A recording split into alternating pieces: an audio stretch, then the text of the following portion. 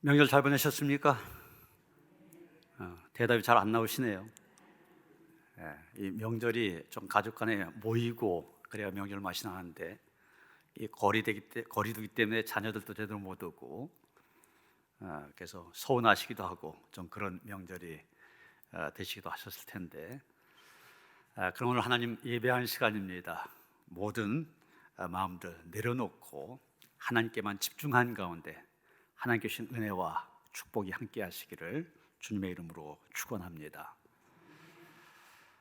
영국의 성서학자이면서 초대교회 역사를 연구한 브루스라고 하는 교수가 있는데 이분은 이런 얘기를 했습니다. 사울의 개종 사건, 사울의 개종 사건 하면은 다메섹 가는 도중에 사울이 변화한 사건 얘기하지 않습니까? 이 사건은 기독교 역사상 가장 중대한 사건이다, 그렇게 말했습니다. 사실 이 말이 틀리지 않은 것이 여러분 신약성경 27권인데 거의 절반 정도가 바울이 썼다고 얘기가 되어지고 있습니다. 또 바울이 1, 2, 3차 전도 여행을 하면서 어떻게 보면 이스라엘이라고 하는 그 좁은 땅에 갇혀버릴 뻔한 복음 전 세계에 퍼지게 하였습니다. 그래서 예수님의 탄생이 BC와 AD 역사를 바꾸어 놨는데 그렇게 만든 사람이 바울이라 볼 수가 있습니다. 그런 의미에서 이 브루스 교수가 얘기한 사울의 개종 사건, 기독교 역사상 가장 중대한 사건이다. 틀린 말이 아닙니다. 다메섹이라고 하는 곳에 가는 도중에 바울이 변화된 사건, 이 사건을 오늘 보면 6절에 보면 이렇게 바울이 얘기하고 있습니다. 예수 그리스도의 얼굴에 있는 하나님의 영광을 아는 빛을 우리 마음에 비추셨느니라. 예수님의 얼굴에 나타난 빛이 바울의 마음에 비추인 사건, 그것이 바로 다메섹 가는 도중에 개종 사건이다, 그렇게 얘기하고 있는 것입니다. 사실 이 내용 사도행전 9장에 나오고 있지 않습니까?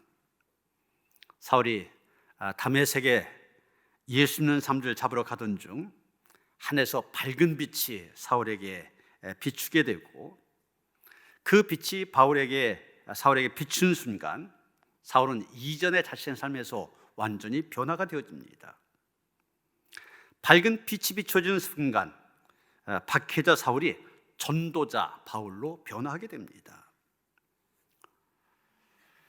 여러분, 원래 사울이라고 하는 청년 세상적으로 올 때 남부러울 것이 없는 사람이었습니다. 유대인이면서도 그 당시 세계를 주름잡고 있는 로마 제국의 시민권을 갖고 있는 사람이었습니다. 또한 목숨을 걸고 지킬 만큼 율법을 최고로 여기는 바리새파 사람의 일원이었습니다.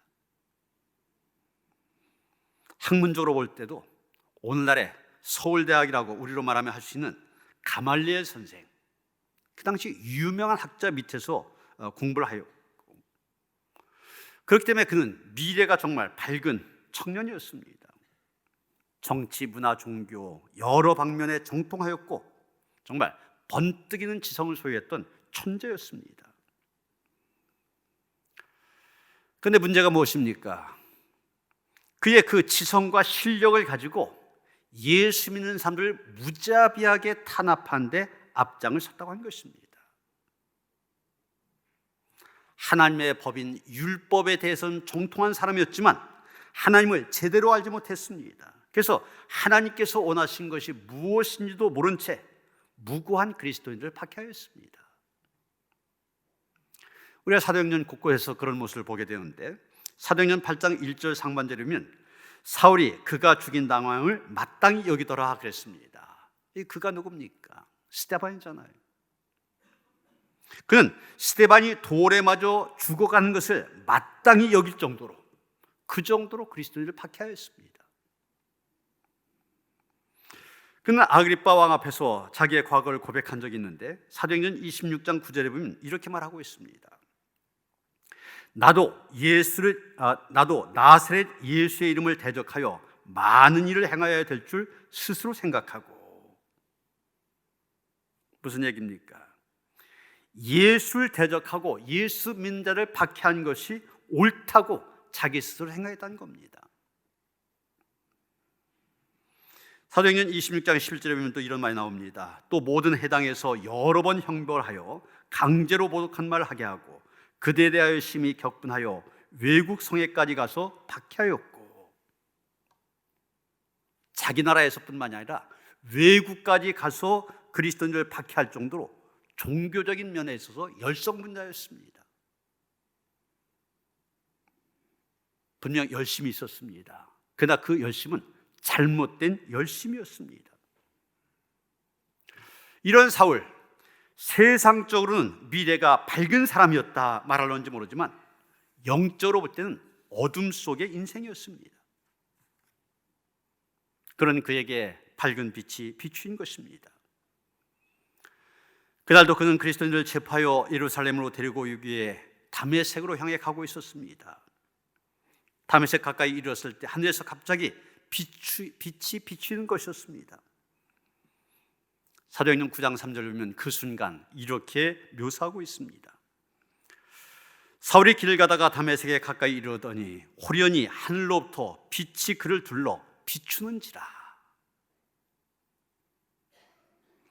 밝은 빛과 함께 사울을 찾아오신 분이 있었습니다. 누굽니까? 바로 부활하신 예수님이셨습니다. 결국 사울은 다메섹으로 가는 도중 예수님을 만난 체험을 통하여 변화가 되었습니다. 예수 믿는 이들을 박해하던 박해자 사울이 오히려 예수님을 전하는 전도자 바울이 되었습니다. 그래서 예수님 이후로 하나님께 가장 탁월하게 쓰임받아 기독교 역사에서 빼놓을 수 없는 그런 인물이 되어진 것입니다. 이 바울의 외모를 소상하게 알려주는 바울과 데글라 행전이라는 그런 책이 있습니다. 그 책에 묘사된 모습이 지금 여러분 보시는 사진에 나오는 바울의 모습입니다. 머리가 벗겨진 데다가 안짱다리였습니다. 눈썹이 맞붙어 있고 다소 큰 코와 자그마한 몸집, 정말 외모로 볼 때 아주 보잘것없는 그런 사람이었습니다. 그러나 그런데도 불구하고 그의 심령에 빛이 비치고 예수를 만난 후에 이방인 선교를 하는 위대한 사명을 감당하는 그런 사람이 되어졌던 것입니다. 서울에는 연세대학 도서관 앞에는 그 연세대학의 정신적인 지주라고 불려지는 백낙준 박사의 동상이 세워져 있습니다.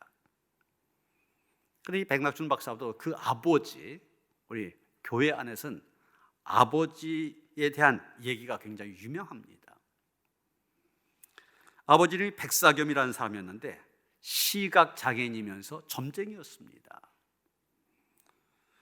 그런데 이 점을 잘 보는 것으로 유명해지면서 돈을 많이 벌게 되고, 그러면서 아들인 이 백낙준과 자기 아내를 버리고 다른 여자를 첩으로 두어 따로 살게 되었습니다. 그런 어느 날 전도자가 나타나서 백사겸에게 전도를 합니다. 당신의 영혼과 후손들의 장래를 생각해서 점치는 생활 그만 청산하고 예수를 믿으시오. 그런데 백사겸은 전도자에게 큰 소리로 야단을 치며 거부하였습니다. 그래도 이 전도자가 지지 않고 계속 말합니다. 당신이 계속 이렇게 살면 죽어서 지옥 가는 것은 물론이고 자손들도 망할 것이오. 그래서 계속 예수를 믿어야 된다고 권유합니다. 백사겸 씨 그 말을 들을 때는 거부하였고 큰 소리 쳤는데 그 일이 있은 다음부터는 밤마다 잠을 제대로 자지 못합니다. 잠을 자려고 하면 그 전도자의 소리가 자꾸 귀에 울리는 겁니다. 자식 멸망받을지 그만하고 예수 믿고 천당 가시오. 머릿속에서 이 말이 계속 들려집니다. 견딜 수가 없어요. 결국 그는 교회를 찾아가게 됩니다. 교회 나온 그날 이 점쟁이 백사겸 회개하고 예수 믿기로 작정하게 됩니다. 그러면서 백사겸은 점춘이를 그만두게 되고 그동안 모았던 많은 재산들 그것을 다 털어서 교회를 짓고 재산을 다 바쳤으니까 가난하게 됐잖아요. 가난하게 살게 됩니다. 그런데 그 소식을 들은 맥킨 선교사가 이 백씨의 가족들을 교회에서 사찰로 봉사하게 하였습니다. 그리고 그 아들 백낙준을 보니까 똘똘합니다. 그에게 영어를 가르치고 영창중학교에 입학시켜 공부하게 하였습니다. 중학교를 졸업한다면 중국으로 데려가서 신성고등학교를 마치게 하였고, 나중에는 미국으로까지 유학을 보내서 그 유명한 파크 대학, 프린스톤 대학, 그리고 예일 대학에서 공부하여 철학 박사학위까지 받게 하였습니다. 그는 귀국하여 연세대 교수와 초대 총장이 되었고, 한국인으로서는 연세대 초대 총장이 됩니다. 그리고 문교부 장관까지 지냈습니다. 백사겸 씨가 시각 장애자였다, 의미 있는 얘기 아닙니까? 어둠 속의 인생이었다는 것이죠. 그러나 그 심령 속에 예수님의 밝은 빛이 비춰지니까 그 인생이 달라졌습니다. 그래서 나머지 인생 전도자로 살았습니다. 제 친구가 고향교회에 담임을 했었는데 그 교회가 100년이 넘는 역사를 갖고 있어요. 굉장히 그 지역에서 오래된 역사를 갖고 있는 교회인데 바로 이 백사겸 씨에서 세워진 교회라는 거예요. 그리고 그 아들 백낙준, 아버지한테서 쫓겨났던 인생 아닙니까? 저주받은 인생, 어둠 속에 산 인생. 그러나 그 인생에 밝은 빛이 비추어지니 그 누구보다도 값진 인생, 축복된 인생을 살아갈 수 있었습니다. 여러분, 사울의 삶의 현장에 찾아오신 예수님, 오늘 우리의 삶의 현장에도 똑같이 찾아오십니다. 사울을 바울로 바꾸신 주님께서 빛으로 찾아오셔서 우리의 인생도 바꾸어 주심을 믿으시길 바랍니다. 여러분 가운데 행여 내가 부모를 잘못 만나 고생하고 있다, 그런 생각하고 계시는 분 안 계십니까? 찢어지게 가난한 집안 사정 때문에 고민하고 있지 않습니까? 내 남편, 내 아내 잘못 만났다, 이런 생각 속에 살고 있지 않습니까?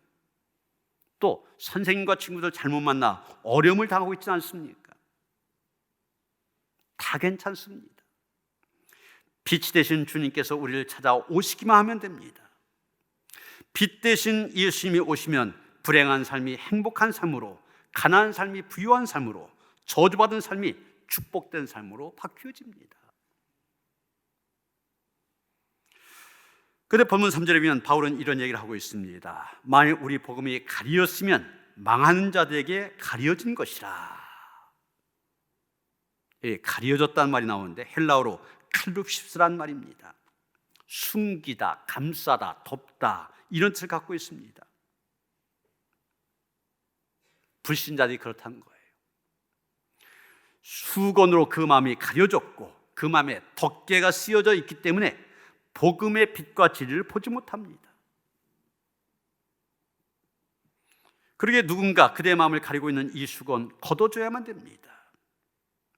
불신자들은 그 수건을 걷어내지 않는 한 복음의 탐뜻을 이해할 수 없습니다.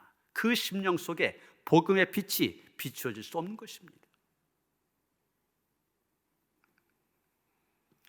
누가복음 24장에 보면은 부활하신 예수께서 엠마오로 가는 두 제자에게 나타나신 얘기가 나옵니다.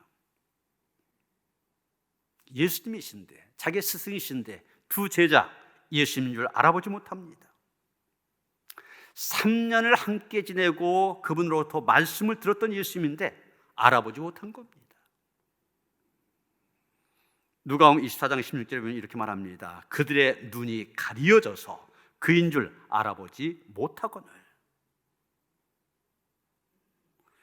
그들은 예수님이 십자가에서 돌아가신 사실에 절망하고 삶을 포기했을 때 복음의 눈이 가려지게 된 것입니다.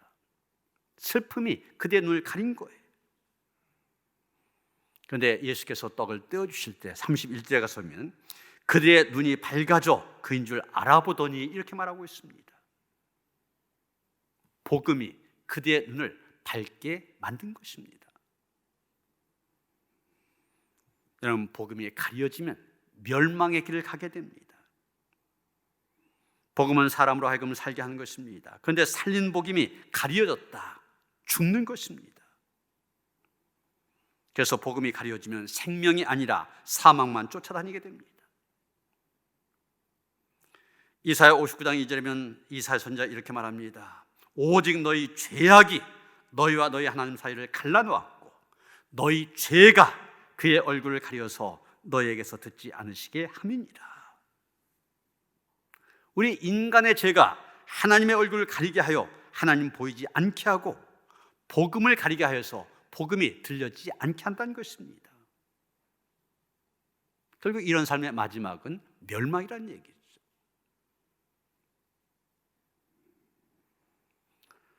중국 도가의 경전 가운데 하나로 열자라고 하는 그런 책이 있는데 그 설부편에 보면 이런 얘기가 나오고 있습니다. 중국 제나라에 금을 탐낸 사람이 있었습니다. 이 사람이 아침 일찍 시장에 있는 금 가게에 들려서 금을 훔치다가 잡혔습니다. 잡힌 다음에 관리가 물어봤습니다. 아니, 사람들이 다 보고 있는데 어째서 남의 금을 훔쳤냐? 이 사람이 이렇게 대답합니다. 금을 훔칠 때 사람은 보이지 않고 금만 보였습니다. 한문으로 확금자 불견인. 금만 보이고 사람 보이지 않았다. 이게 많은 사람의 모습 아닙니까? 인간은 세상의 유혹과 욕심 때문에 눈이 가려집니다. 불신자들도 그런 식으로 눈이 가려졌습니까? 가려졌습니다. 오늘 바울은 그런 불신자들 무엇 때문에 눈이 가려졌다고 얘기합니까? 4절 말씀 보시면 바울은 이렇게 얘기합니다. 그 중에 이 세상의 신이 믿지 않은 자들의 마음을 혼미하게 하여 그리스도의 영광의 복음의 광채가 비치지 못하게 함이니. 여기 혼미하게 하여라는 말이 나오는데 헬라어로 튜폴로입니다. 이 말의 어는 튜포란 말인데 연기를 피운다 그런 뜻을 갖고 있습니다. 그런데 이 튜포란 단어에서 파생된 또 다른 단어가 있는데 튜포오입니다. 이 말은 교만한, 자기 기만에 가득 찬 이런 뜻을 갖고 있습니다. 바로 이 말씀이 왜 불신자들이 복음을 제대로 못하냐, 보지 못하냐 그 이유를 얘기하고 있습니다. 바로 사탄이 에덴 동산에서 인류에게 심어준 교만, 그 교만과 연관되어 있음을 얘기하고 있는 것입니다. 아담과 하와가 죄를 짓게 된, 선악과를 따먹게 된 이유가 무엇입니까? 너희들이 이것을 따먹으면 눈이 밝아져서 하나님과 같이 된다. 하나님과 같이 된다는 말, 하나님과 같이 되는 교만이 그들을 하여금 죄를 짓게 하였습니다. 그의 눈을 가리게 하였습니다. 많은 사람들이 바로 이 교만 때문에 복음의 진리를 보지 못하고 있습니다. 복음의 빛을 받아들이지 못하고 있습니다. 내가 알고 있는 지식이 하나님의 지식보다 더 크다고 생각합니다. 그러니까 받아들이지 않는 겁니다.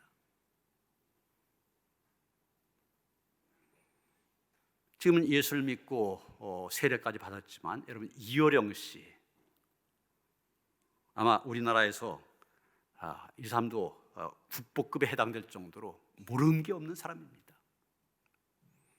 그런 많은 지식이 있다 보니까 딸이 목사인데도 예수를 믿지 않았어요. 그래서 대표적인 무신론자 아닙니까? 지성인으로서 최고의 지성인이면서도 무신론자로 불려왔습니다. 지식이라고 하는 것이 그의 눈을 가리워서 예수 안에 있는 진리를 보지 못하게 합니다. 예수 안에 있는 빛을 보지 못하게 합니다. 결국 그것이 거두어지면서 나중에는 예수 앞에 무릎을 꿇게 된 것이죠. 여러분, 교만이라고 하는 것이 인간의 눈을 혼미하게 만듭니다. 그래서 여러분, 전도 대상자도 있잖아요. 불신자도 있지 않습니까?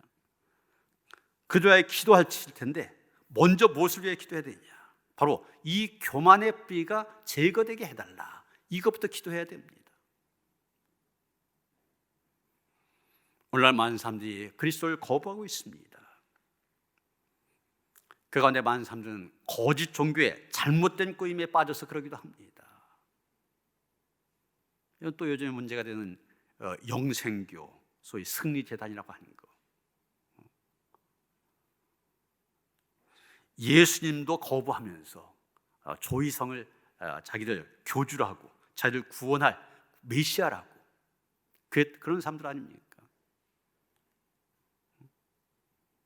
잘못된 꿈에 빠지면 거기에 빠져요. 아니면 예수를 받아들이려면 내 지식이나 내 가진 것들을 포기해야 됩니다. 그걸 포기하지 않다 보니까 받아들이지 못한 것입니다. 그리고 본문 5절에 보면 바울은 계속 말합니다. 우리는 우리를 전파한 것이 아니라 오직 그리스도 예수의 주 되신 것과 또 예수를 위하여 우리가 너희의 종된 것을 전파함이라. 여기 바울이 전한 복음의 핵심을 얘기하고 있습니다. 그 핵심이 뭐냐? 예수의 주 되신 것이다. 예수님이 우리의 주님이 되신다고 하는 것, 이것이 바로 복음의 핵심적인 가치며 복음의 내용이란 얘기입니다. 주라고 한 말, 주님이라고 한 말, 히라보로 큐리오스 그렇게 말합니다. 이 말은 예수님이 하나님과 동일한 심을 가지신 분이다, 그런 의미를 갖고 있습니다. 그리고 이 예수님은 주님이라고 하는 사실, 초대교회에서는 기독교의 중요한 교리였으며 또 중요한 신앙 고백이었습니다. 이런 초기 기독교를 보면 로마 황제들의 박해 때문에 엄청난 고난을 당하였습니다. 사자들에게 물려 죽기도 하고 감옥에 갇히기도 하고 십자가에 처형을 당하기도 하고, 오죽하면 이 땅속 지하 무덤에 들어가서 거기서 살 정도로. 그런데 로마 황제들이 왜 그리스도인을 박해했느냐? 바로 이 주님, 큐리오스라고 한 이 단어 때문입니다. 로마 제국 그 당시에는 이 주라고 한 단어, 로마 황제에게만 사용할 수 있는 단어였습니다. 황제를 부를 때만 주, 주님 이렇게 부를 수 있었어요. 황제가 백성들의 유일한 주인인데 그리스도인들은 자기들의 주인을 바꾼 것입니다. 그래서 황제에게만 주인이라고 하는 것이 아니라 예수를 가리켜서 주인이라고 고백하는 겁니다. 이게 사형당할 만한 그런 죄목이 되어진 것입니다. 여러분, 예수를 믿는다고 하는 거 다른 거 아닙니다. 우리의 삶의 주인이 바뀌었다는 것입니다. 베드로가 예수를 만나기 이전에 그의 삶의 주인은 고기잡이 배와 그물이었습니다. 그것이 자기의 인생의 전부였었어요. 그것이 있어야만 인생을 살아갈 수 있습니까? 그런데 예수님을 믿으면서 예수님이 주인이 되었습니다. 바울이 예수님을 만나기 전 그의 삶의 주인은 그의 가문, 또 율법, 지식이었습니다. 정말 자랑할 만한 가문이었고 또 지식이 있었고 또 율법을 지켰지 않습니까? 그런데 그가 예수를 만난 다음에 예수님이 주인이 되었습니다. 그래서 우리가 좀 전에 사도행전 9장의 말씀을 봤는데 거기 보면 주여 누구시니까? 예수님이 빛을 비추실 때 그 빛 앞에서 주여 누구시니까 묻는 것을 보게 됩니다. 자기의 삶의 주인이 바뀌어지면서 주여 그렇게 고백한 것입니다.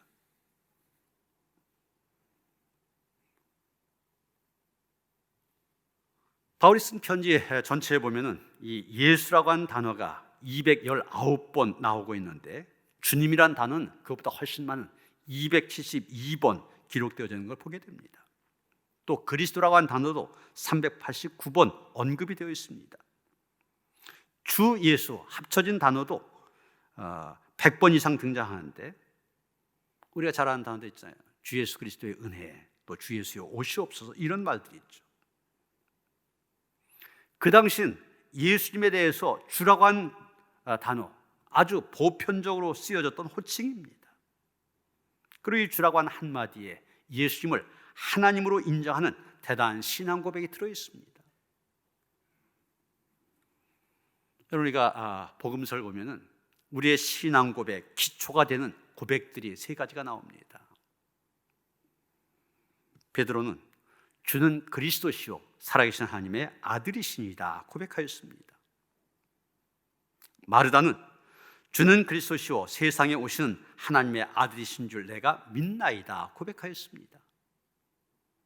도마는 나의 주님이시요 나의 하나님이시니이다 고백하였습니다.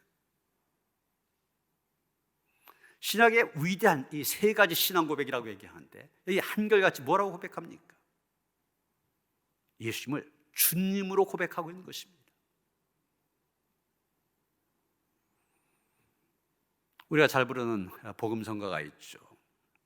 내가 주인 삼은 모든 건 내려놓고 내 주 되신 주 앞에 나가 내가 사랑했던 모든 건 내려놓고 주님만 사랑해. 사실 이것이 우리의 진정한 믿음의 고백 아닙니까?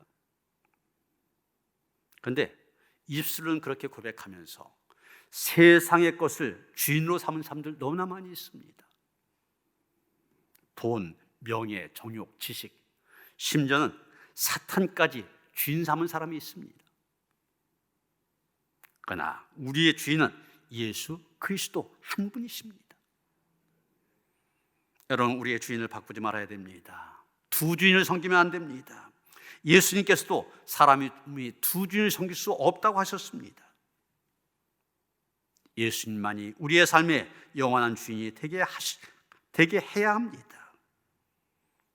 그럴 때 우리의 삶이 행복하고 영혼이 평안하며 그 삶 가운데 예수님의 밝은 빛이 비추어진 것입니다. 마지막으로 오늘의 제목인 6절 말씀을 좀 더 자세히 살펴보려고 합니다. 어두운 데 빛이 비치라 말씀하셨던 그 하나님께서 예수 그리스도의 얼굴에 있는 하나님의 영광을 아는 빛을 우리 마음에 비추셨느니라.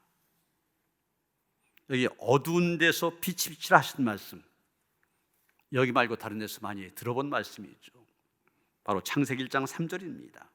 하나님이 이르시되 빛이 있으라 하시니, 바로 이 말씀을 가리키는 겁니다.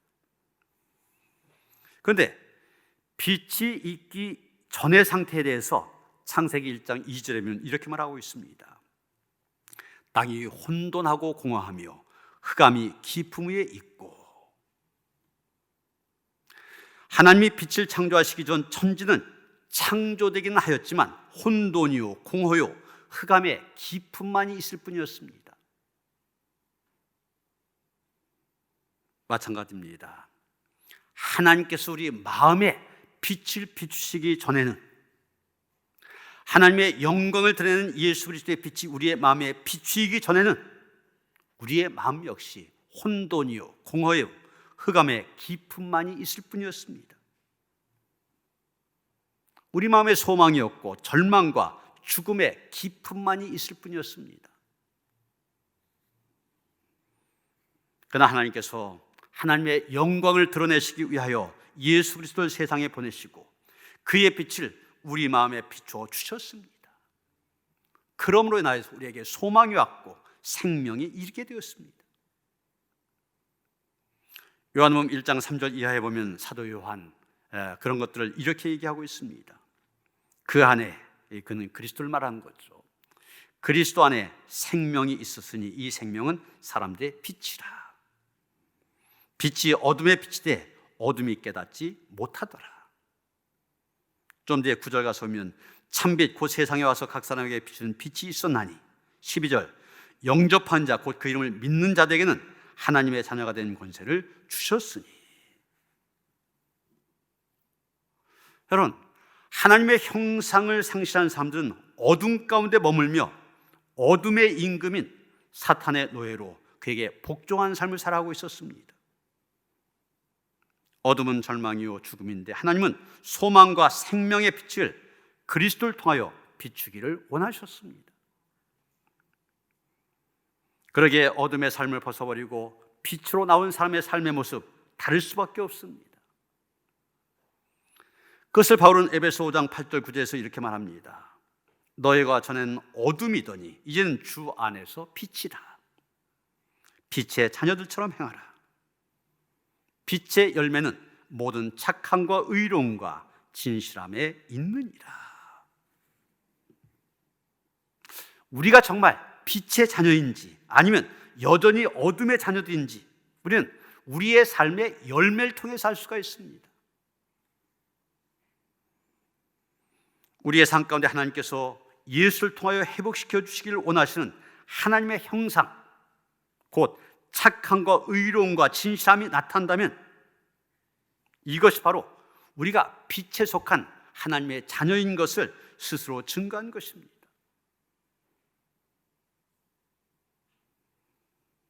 물론 우리 그리스도인, 우리 자신이 빛을 낼 수는 없습니다. 그러나 마치 달이 태양빛을 반사하여 빛을 발하는 것처럼 우리 역시 빛을 받아서 그것을 반사할 수 있습니다. 마음의 샛별인 예수님의 빛을 받아서 어두운 세계에 비출 수 있는 것입니다. 사실 마태복음 5장 14절에서 예수님 너희는 세상의 빛이라고 하셨는데 이 빛, 내 빛을 얘기한 것이 아닙니다. 예수님의 빛입니다. 그 예수님의 빛을 받았으니 그 다음에 그것을 반사해서 비추라는 것입니다.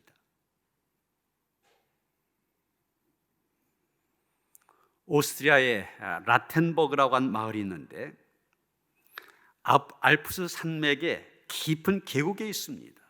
그 다음에 늦가을부터 한겨울까지 거의 햇빛을 받지 못했습니다. 이런 현상이 600여 년 동안 계속되었다는 거예요.